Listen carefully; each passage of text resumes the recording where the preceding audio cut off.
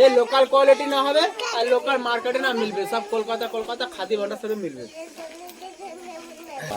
এই রাজা রাজা হবে।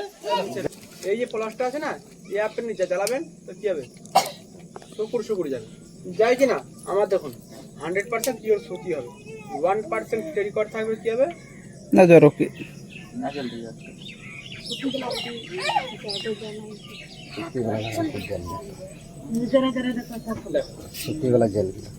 এই দেখো, দেখো হাত দাও।